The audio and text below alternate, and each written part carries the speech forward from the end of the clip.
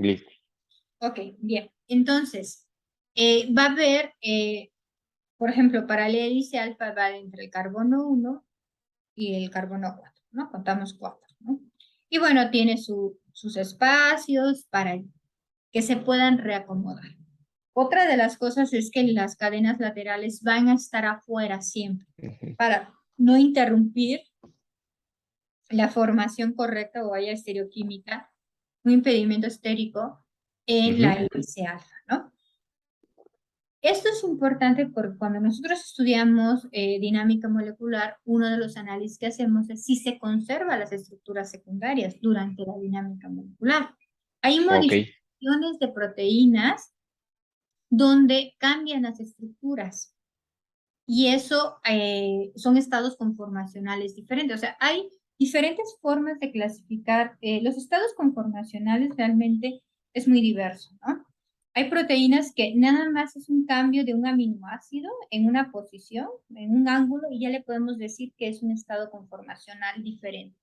Pero en otros es de que era un loop y se formó una cadena, una hélice alfa, ¿no? Y esa hélice alfa puede ser formada por otra proteína, por un coadyuvante o por algo, ¿no? Entonces, hay que entender cómo funciona, ¿no? Pero tenemos la hélice, ¿no? Pero todo esto de estructura en hélice alfa, va a haber, por ejemplo, en hélice alfa, los aminoácidos que son muy polares van a desestabilizar la hélice, ¿no? ¿Por qué? Porque al haber esos enlaces de hidrógenos que nosotros analizamos, se van a perder, va a haber un choque ahí de energético con las interacciones electrostáticas de atracción o de repulsión dependiendo del sistema, ¿no? Entonces, eso puedes, casi no hay ni glicinas, menos prolina, o sea, todos esos aminoácidos que rompen esas hélices. Esos van a estar en otro tipo de estructuras. Entonces, si nosotros, por ejemplo, nuestra mutación que queremos hacer, o hacemos una mutación en una hélice y ponemos una prolina o una lisina, probablemente ahí desestabilicemos esa estructura en forma de hélice, ¿no? O supongamos de que tenemos una proteína que el cambio conformacional es de un loop a una hélice alfa. Y cuando está esa hélice alfa, tiene una función, ¿no? Ahí ya está la función, ¿no? Si no hay esa hélice funcional, la proteína no es funcional, ¿no? Hay una mutación y no permite que se forme esa hélice, ¿no? Debido a esa Ok. mutación. Por lo tanto, nosotros podríamos entender que la causa de esa falta de función es por por esa mutación, ¿no? Y lo podríamos ver en dinámica molecular, ¿no? Cómo se impide esa formación de esa hélice, ¿no? Y ya con eso, pues podremos tener una enfermedad, ¿no? Nueva, ¿no? O incluso si nosotros quisiéramos que mi proteína, a nivel biotecnológico, porque también podemos hacer mutantes para cuestiones biotecnológicas, ¿no? Ujú. Podemos mantenerlo en un estado, en una cierta función para la producción de algo, ¿no? Biotecnológico, podemos mutarlo, cambiar la estructura y evitar el estado conformacional, ¿no? El paso de dos estados conformacionales y así, pues tener un sistema biotecnológico que nosotros queramos, ¿no?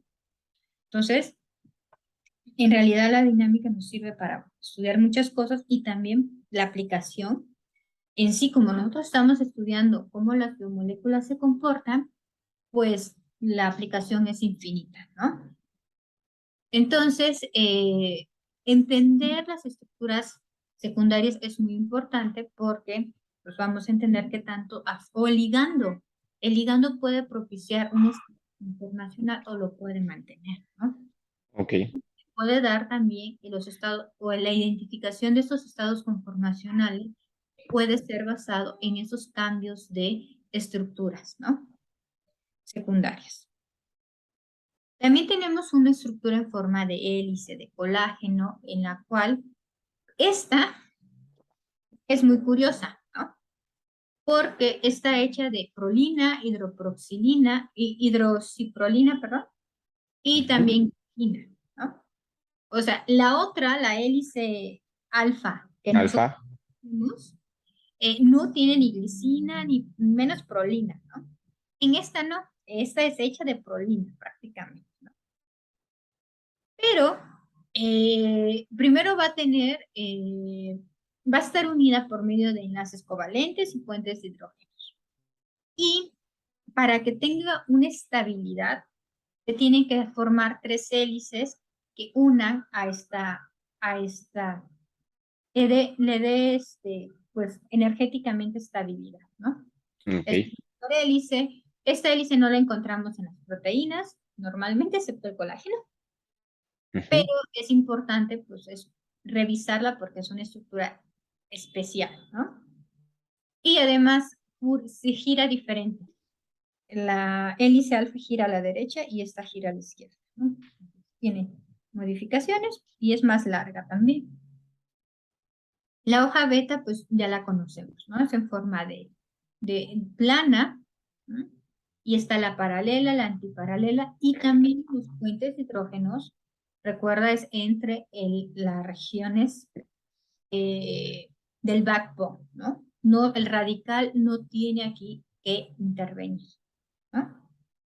Entonces, los giros betas también. Los puentes de hidrógenos que conforman va a ser de acuerdo a estos puentes de hidrógenos. ¿Por qué es importante repasar eso? Porque podemos nosotros analizar cómo estos puentes de hidrógenos, a la hora de formarse o deformarse, pueden estabilizar o no nuestra proteína, ¿no? Y entender cómo funciona. Ahora, eh, otra de las estructuras que nosotros tenemos que repasar es la estructura terciaria. Esta estructura terciaria pues va a ser dada también por tipos de enlaces, ¿no? ¿Qué tipos de enlaces consideras que forman o mantienen una estructura terciaria? Mm, pues pueden ser enlaces polares, pueden ser enlaces, bueno, interacciones dipolos también, ¿no? Ujú. Aquí ya vamos a tener una diversidad de interacciones, ¿no? También influyen puentes de hidrógeno, Fuentes de hidrógeno. Ujú. pero estos puentes de hidrógeno no se dan en el backbone, no en el esqueleto, sino ya en las cadenas laterales. ¿Sí? ¿Y esto para qué nos sirve? Esto nos sirve para estabilizar a la proteína y juntar dominios o regiones que a nivel secuencial, a nivel primaria, estaban separados, ¿no? ¿Qué tipo de enlaces son puentes de sulfuros, Ujú. puentes salinos? O sea, ya hay una diversidad de interacciones, ¿no? En Sí. dinámica molecular, cuando nosotros analicemos, hay un estudio en específico de la formación de puentes de hidrógeno, cómo en la dinámica molecular se mantienen ciertos puentes de hidrógeno. Nosotros podemos analizar en dinámica molecular ciertos enlaces como puentes de hidrógenos, si se conservaron durante o no. El hecho que se conserven o no, ¿qué importancia tiene? Que se Claro, un puente, un puente de hidrógeno o un tipo de interacción, ¿no? Por ejemplo, en el caso de puentes de hidrógenos, pues sabemos que son una de las interacciones fuertes, comunes, ¿no? ujú. Y pueden ser interacciones entre una cadena o dos cadenas, ¿no?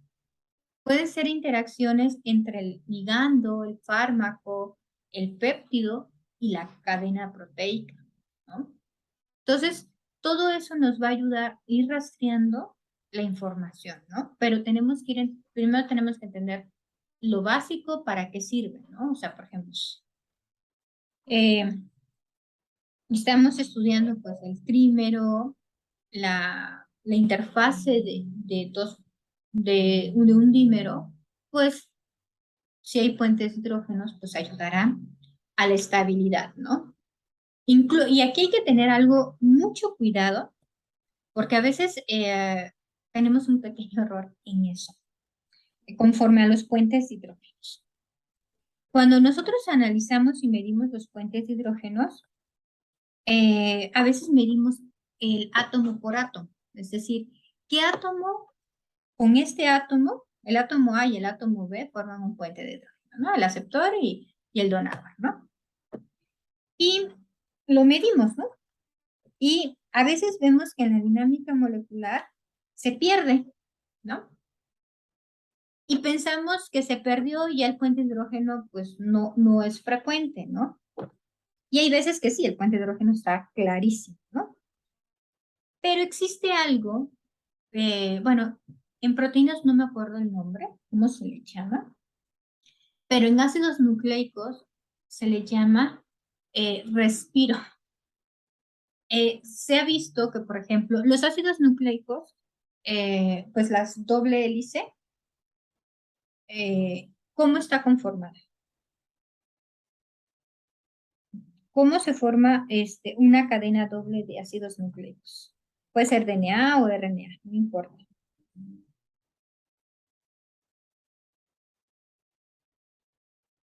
Está conformada por puentes de hidrógenos, ¿te acuerdas, Eric? Sí, Y depende mucho, pues si son, ¿qué aminoácidos son? Puede formar 3 puentes de hidrógeno o 2 puentes de hidrógeno, de ¿no? hidrógeno. Ok. Ujú. A la hora de analizar esas dinámicas o la interacción de estas proteínas, de estos aminoácidos, perdón, estos puentes de hidrógeno se conservan, pero existe un fenómeno que se llama de respiración. Ajá. Es decir, el puente de hidrógeno se conserva, pero el donador y el aceptor no son los mismos átomos siempre. En alguno de ellos, puede ser el aceptor o el donador, hay un intercambio de átomos. Ajá. Puede ser que los Ujú. hidrógenos Ujú. hay unos muy cercanos que se van girando con el movimiento y es ahí donde digamos que a veces es el hidrógeno 1 el que forma el puente y luego el hidrógeno 2 el que forma el puente de hidrógeno y se van intercalando, van cambiando, ¿no? Van haciendo un movimiento ahí girando y manteniendo ese puente de hidrógeno, ¿no? Sucede lo mismo con las Con proteínas. las proteínas. Entonces, a veces no encontramos, o sea, a veces encontramos 2 puentes de hidrógenos que comparten pues, los mismos átomos y decimos, bueno, ¿cuál es? No, pero en realidad no. Lo que pasa es que se da ese mismo fenómeno. Hay un intercambio, ¿no? Y eso se entiende porque la proteína pues es dinámica, ¿no? Vibra, ¿no? Sí, sí, sí. Pero se conserva. Entonces tenemos que tener cuidado en ese sentido, ¿no? En analizar pues todas las posibilidades. Por lo tanto, en algunos cálculos, a veces, eh, cuando calculamos cuántos puentes de hidrógenos hay, a veces pasa del 100%, no sé, un 150%. Y eso se debe a eso, a que hay puentes de hidrógenos repetidos. Es Ah, ok, decir, ok, ok. hidrógenos que como se da ese respiro, puede ser uno y otro, ¿no? Entonces, por eso suele pasar, ¿no? Y también, Y una pregunta, perdón, y es válido, por ejemplo, mencionarlo o hacer en el análisis? Decir no, eso que... sí, pues, de hecho es muy Ah, ok, ok, importante, o sea, de ok. hecho el análisis de puentes de hidrógenos es muy importante porque Sí, sí, habla sí, sí. de la estabilidad y la interacción, Habilidad. solamente que en el análisis hay que tenerlo en cuenta, ¿no? Ah, ok, Y perfecto. pues, ajá, o sea, es solo, ¿no? Igual el de DNA, de respiro también, o sea, ya está comprobado, hay literatura y te dice, ¿no? O sea, es parte Esto se... del movimiento de la proteína o de las biomoléculas, ¿no? Claro. Ok, ¿Mm? ok. Y no quiere decir que es inestable, simplemente así se comporta, ¿no? Y eso debemos de entender cuando analizamos puentes de hidrógenos. Perfecto. Bueno, entonces vamos a tener diferentes interacciones, ¿no? Que forman la estructura terciaria. Entonces es muy importante que nosotros, eh, a la hora del análisis, entender cómo se mantienen estas interacciones para que nosotros podamos saber si está en un paso estado conformacional abierto, cerrado, se desestabiliza, se desnaturaliza. Por ejemplo, quieres estudiar la desnaturalización de una proteína, ¿no? Tienes Ujú. que saber qué pasa con ese estado, ¿no? O sea, tiende a perderse estas estructuras secundarias, esas estructuras terciarias, ¿no? Entonces, todo ello, pues tenemos que ir analizando, ¿no?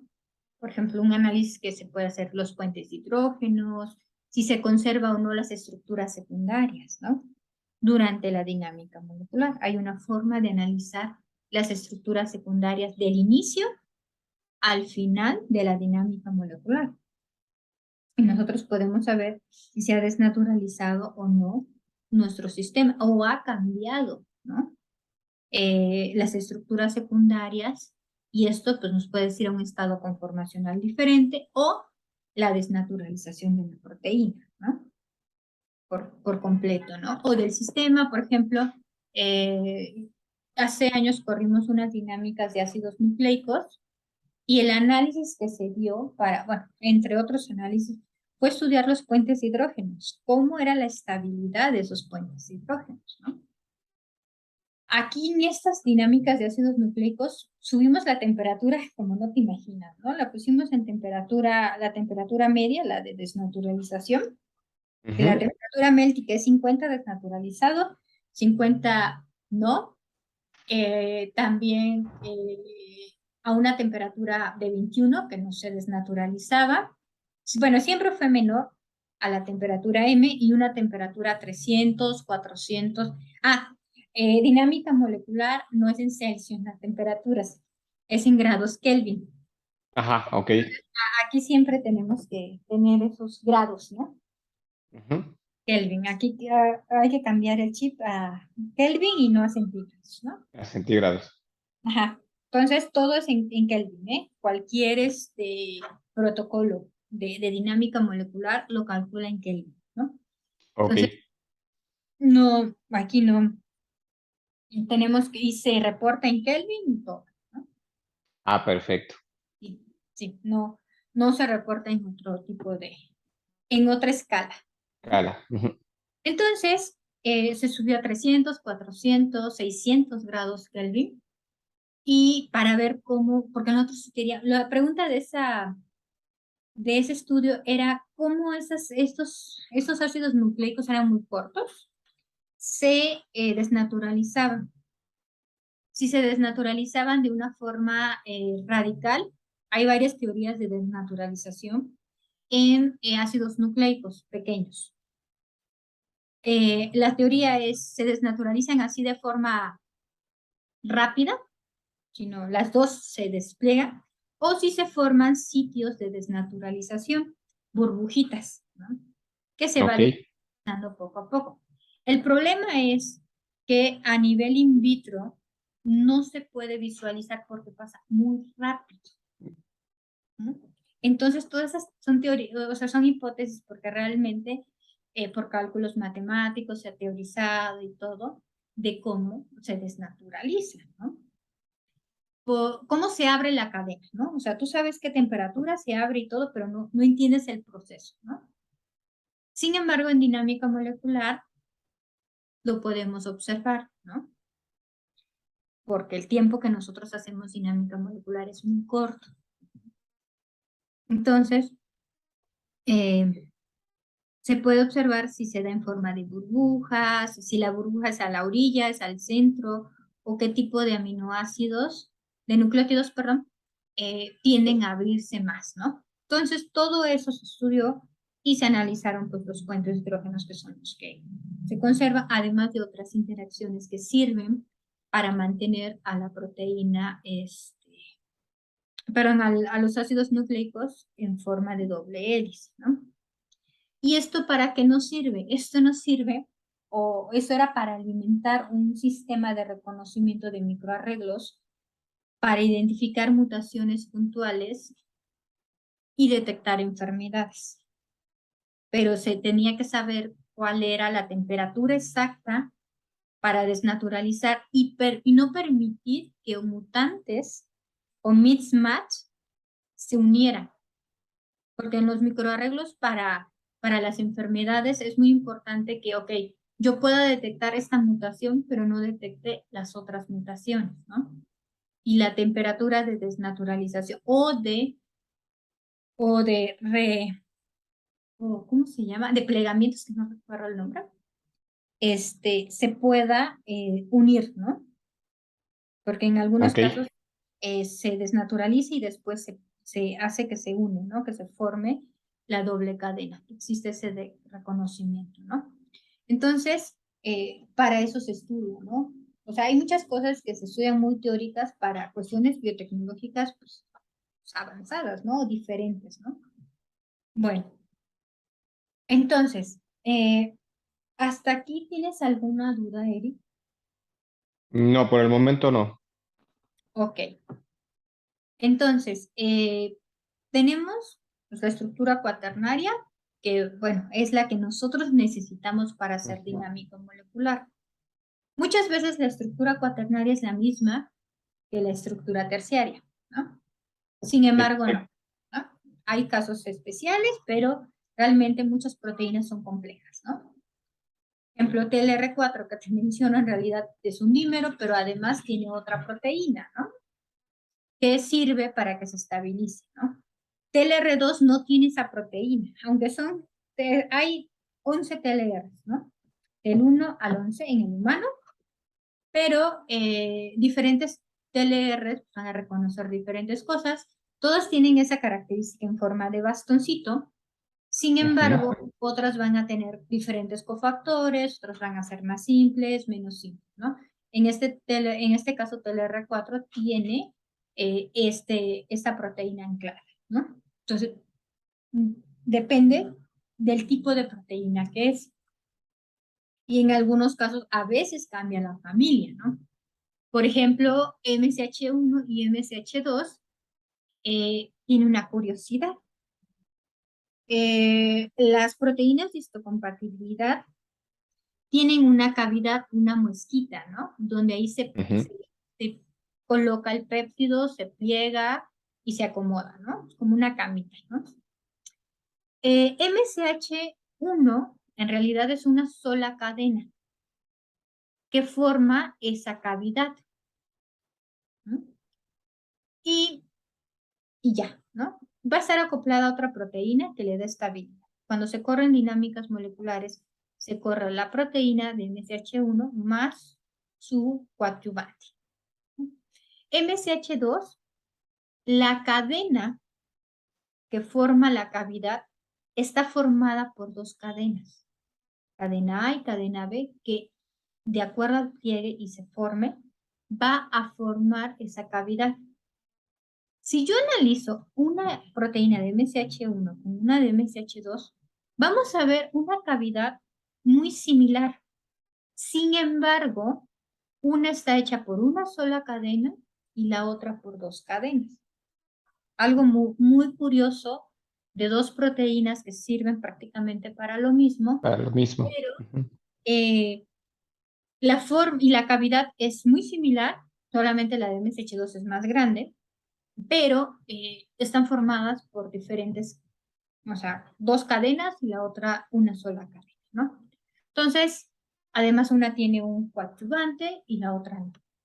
Entonces, todo esto nos va a ir generando, pues, información que nosotros tenemos que ir entendiendo, ¿no? Entonces, la estructura cuaternaria es la estructura que nos interesa, ¿no? Desde los cofactores, iones, metales, todo, ¿no? Por ejemplo, el grupo hemo en los citocromos es muy importante, ¿no? Nosotros, el grupo hemo agiliza las reacciones, ¿no? La oxidación y reducción de los compuestos, los citocromos son demasiado promiscuos, son moléculas muy promiscuas. Y para, de hecho, para el ser humano, si no existen los citocromos, pues nos morimos, ¿no? O sea, Ujú. son proteínas constitutivas, ¿no? Entonces, sí hay errores ahí, pero no solamente en ese grado. Por ejemplo, para los insectos que invaden los pinos o algún tipo de árboles que los infestan, los citocromos los utilizan para eliminar los compuestos tóxicos de los árboles, ¿no? O sea, los árboles se protegen con resinas tratando de eliminar esos insectos, ¿no? Pero hay insectos que han coevolucionado tanto que esas resinas que técnicamente son de protección, las metabolizan de tal forma que las vuelven sus feromonas y atraen pues al macho y traen toda ahí la familia, ¿no? Entonces, también entender cómo ciertas moléculas, en ciertos casos, en ciertas especies, pueden tener una función muy diferente a la de nosotros, ¿no? Entonces, Sí, sí, sí. o sea, nosotros no creamos feromonas con las resinas, ¿no? Entonces, todo esto, pues sí es importante de estudiar, revisar la estructura cuaternaria, pero no solamente, o sea, este ejemplo es para no solamente ver los cofactores, ¿no? Sino entender el organismo que nosotros estamos estudiando, ¿no? No es lo mismo un citocromo del humano a un citocromo en específico que sirve para generar las feromonas, ¿no? Y activar el ciclo de vida de estos organismos, de estos insectos, ¿no? Entonces, no es lo mismo, aunque aparentemente se parecen, o sea, bueno, no aparente, o sea, los citocromos tienen un alto grado de similitud a nivel estructural, ¿no? Entonces, aquí tenemos que tener, pues entender cómo es que van funcionando, ¿no? De acuerdo al microorganismo que uno está estudiando. Igual, por ejemplo, con la proteína, los virus, la proteína Spike y todo eso, pues tenemos que entender cómo es el comportamiento del virus, del microorganismo, para poderlo pasar, ¿no? Y esto es tan importante, por ejemplo, para el diseño de fármacos, de vacunas, para poder desarrollar un fármaco que sí lo podemos utilizar, ¿no? Ujú. Por ejemplo, en el desarrollo de fármacos, cuando utilizamos una proteína que es similar a la proteína del humano y queremos inhibirla, tampoco es bueno, ¿no? Por ejemplo, para las enfermedades de paludismo, esas enfermedades olvidadas, estos medicamentos son muy fuertes porque inhiben el ciclo del parásito, pero este fármaco tiene la capacidad de unirse a una proteína que es homóloga a la del humano y Mm. suele ser muy tóxico. Entonces, Ok, ok. es difícil encontrar, ha sido difícil encontrar, por ejemplo, para Chagas, para la enfermedad de Chagas, Ujú. muy difícil encontrar un tratamiento adecuado por lo mismo, ¿no? Y se ha buscado miles y otras maneras, ¿no? Pero bueno, son enfermedades olvidadas porque pues, la farmacéutica no. Hay cuestiones políticas, ¿no? Sí, sí, sí. Pero pues se le llama olvidadas porque como esos fármacos serían para personas que no comprarían o los recursos, o sea, la inversión, no hay ganancias en la inversión, ¿no? No es porque quieran que se mueran las personas de ahí, no, sino, pues es negocio, ¿no? Sí, es negocio, es negocio. Y la investigación es muy cara, o sea, Dios, o sea, gastas y gastas millones y millones, ¿no? Si bien te va, gastas muy poco, ¿no? Pero Sí, sí, sí. gastas poco, ¿no? Entonces, y gastas poco, pero el avance es también, gastas mucho, pero También, o sea, tampoco es así de, wow, ¿no? Hay muchas cosas que son aportaciones muy sencillas que sirven para entender sistemas, porque realmente desconocemos muchos sistemas biológicos, ¿no? O nos damos cuenta que el sistema biológico es más complejo de lo que pensábamos, ¿no? claro. Bueno, entonces nosotros aquí repasamos muy rápido eh, qué, qué estructuras tiene la proteína, eh, la importancia de las bases de datos y recalcamos cuál es son pues estos sistemas que debemos tener cuidado, ¿no? Tal vez ahorita no hemos visto ni qué es dinámica, ni qué es el concepto, qué es una dinámica molecular y todo eso, ¿sí? No lo hemos visto por una razón. Primero necesitamos tener en cuenta cómo es nuestro sistema, la importancia de tener esos cuidados, ¿no? Por ejemplo, las glicosilaciones, las modificaciones post-transcripcionales, los puentes de sulfuros, los errores que nosotros podemos cometer antes de correr la dinámica molecular. Y la dinámica molecular no va a corregir esos errores. O sea, no hay, o sea, ya tu dinámica está mal, ¿no? O está bien, pero con otro tipo de representaciones, ¿no? Otro ambiente que no es el ambiente que quieres representar, ¿no? Por lo tanto, tal vez para tu estudio no te va a servir, ¿no? Entonces, debemos de tener ojo porque debemos tener mucho cuidado en ese aspecto porque no podemos resolver, la dinámica no compone cosas. El docking también, si el docking está mal, tampoco hace maravillas. Claro.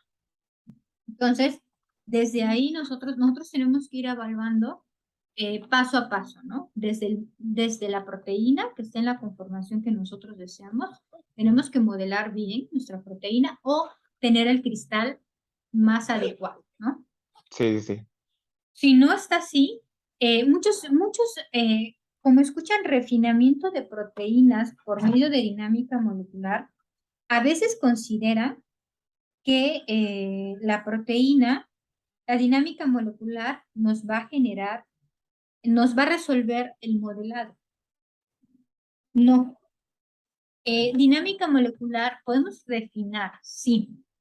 Podemos refinar supongamos que hay un asa que se hizo por ab initio y no ha pasado por un proceso, ¿no? Nosotros podemos minimizar pues, el sistema para que energéticamente ese loop o esa pequeña asa tenga el sistema que uno quiere, ¿no? Eso se Sí. puede hacer, es un refinamiento, ¿no? También lo que se puede hacer es, yo tengo una conformación de mi proteína, ¿no? La conformación cerrada, ¿no? Y yo necesito la conformación abierta para mis estudios de docking, de interacción. De docking puede ser proteína-proteína, docking-proteína ligando, para utilizarla para otros estudios. Yo puedo correr una dinámica molecular para pasar de un estado conformacional a otro, ¿sí? Pero si yo estoy partiendo de un estado conformacional erróneo, o sea, una conformación cerrada mal hecha, pues voy a arrastrar esa información en mi dinámica molecular, ¿no? Entonces, debe ser lo más hecha, ¿no? Lo mejor hecha posible, que pase por criterios de evaluación adecuados, ¿no? Y sí, por ejemplo, yo ahorita estoy con la tetraspanina, por cierto, estamos pasando, porque el cristal solamente está en estado cerrado y la queremos abierta, entonces se está haciendo una dinámica molecular para hacer de cerrado a abierto. Y de ahí vamos a hacer otras cosas, ¿no? Pero eso es para obtener el modelo, pero metemos todas las condiciones necesarias, ¿no? Ok. Ok, pero lo erróneo sería, por ejemplo, yo hago mi docking en un estado cerrado, Ajá. y después hago mi dinámica esperando encontrar la conformación del estado abierto con mi ligando, ¿no? Ok, ok. No, porque yo no sé si mi ligando va a mantener ese estado, Esa conformación. ¿no? Y yo en realidad lo que quería era estudiar el estado abierto con mi ligando, ¿no? Claro. Entonces, no compone, entonces hay que visualizar bien, ¿no? Ok, Bueno, ok.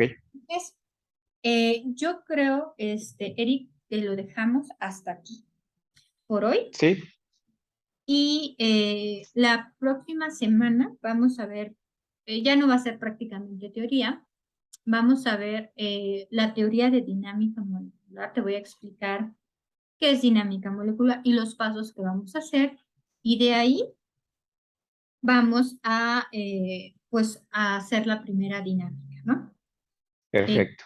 Vamos a hacer un sistema muy simple para que entendamos, ¿no? Primero el sistema más simple y ya después se va a ir agregando ciertas cosas, ¿no? Y ya Ok. después, pero sí, por favor, descarga los programas Ajá. y no te olvides de darte de alta en esta página. Sí, es muy importante. De hecho, te va a servir, por ejemplo, si tú quieres glifosilar y todo, esto es una maravilla. Esta página es una maravilla. ¿Me De la hecho, podría pasar ahora? Porque creo que no la mandó en el chat. ok. De hecho, creo que es de Harvard esta página. No quiero ser elitista, pero la universidad que lo mantiene es Harvard. Ah, ok, ok, ok. O sea, s- pero, o sea, digamos que es una universidad confiable que, este, gracias, quisieron ayudarnos a generar los archivos, porque antes no, antes se hacía manual y manual, ¿no? Y más complejo, me imagino. Es más complejo, pero sí es importante entenderlo. Ahora, hablando de manuales, en NAMD revisa los manuales. Si te Ok, da tiempo, ¿no? Si no, luego los revisamos. Hay manuales para hacer diferentes tipos de proteínas, ¿no?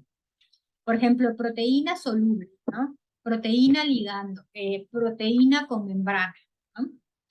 ok. Entonces, todo eso, pues se va haciendo. La proteína transmembranal es más compleja en el sentido de que tenemos que agregar la membrana. Pero Claro. en este sistema, en esta página, prácticamente no se ve lo complejo. Realmente no es tan complejo, ¿no? Porque se agrega de forma automática, aunque hay que revisar, ¿eh? Porque para insertar la proteína en el sitio, el sistema tan veces no sabe cuál es dónde van los aminoácidos o dónde va la membrana, ¿no? De acuerdo a los aminoácidos y a veces se equivoca. Entonces, Ok. hay que checar que realmente sean los aminoácidos que uno necesita, ¿no? Entonces, o que se está reportado en la literatura, ¿no? Entonces, aunque lo hacen automático, esa parte es crucial y se tiene que revisar. Hay errores de no revisar dónde está la membrana y se corre una dinámica con una membrana en una posición no adecuada y, repito, no corrige, o sea, la dinámica no se va a acomodar, no, va a generar un caos ahí, ¿no? Ok, ok. Entonces, hay que tener cuidado en ciertas cosas, que es lo que vamos a ir aprendiendo. Sobre todo eso, o sea, ese curso está diseñado para irte indicando, para irte dando las pautas en que debes de tener cuidado porque son los errores, ¿no? Sí. Entonces, y sobre todo, pues ya analizarlo y corregirlo, ¿no? Bueno, entonces, Una eh, pregunta. Este, bueno, las presentaciones y las grabaciones las van a poder compartir. sí, te las voy a pasar, de hecho, se he estado grabando Ajá. y las voy a pasar por correo. Ah, Las perfecto. grabaciones y las puedes revisar cuando quieras y todo. Perfecto, perfecto. Sí. Y cualquier duda de la instalación me dices, me escribes y ya yo te respondo. Hay muchos tutoriales también en YouTube donde te especifica Sí, sí, sí. de cómo instalarlo. Realmente hay de paso a paso, incluso por tipo de versión de sistema operativo, ¿no? Ok. Sí, son muy dadivosos los Pues, investigadores. Entonces, bueno, nos vemos el próximo sábado. Yo suelo enviar el link el viernes en la tarde, noche o en la mañana. ok. Lo suelo enviar en ese día porque así estoy segura de que no se pierde el link. Perfecto. Porque luego pues lo mandas, o sea, Y ya no. ahorita lo puedo quitar, pero luego hay rollos de, ya se perdió aquello. Entonces siempre lo mando un día antes para que no se pierda. Ok, ok, ok. Porque luego recibimos muchos correos y ya, Sí, sí, sí, sí, sí, es sí pasa. solo enviarlo. Así que no te preocupes si, este, no, ya es tarde y no llega.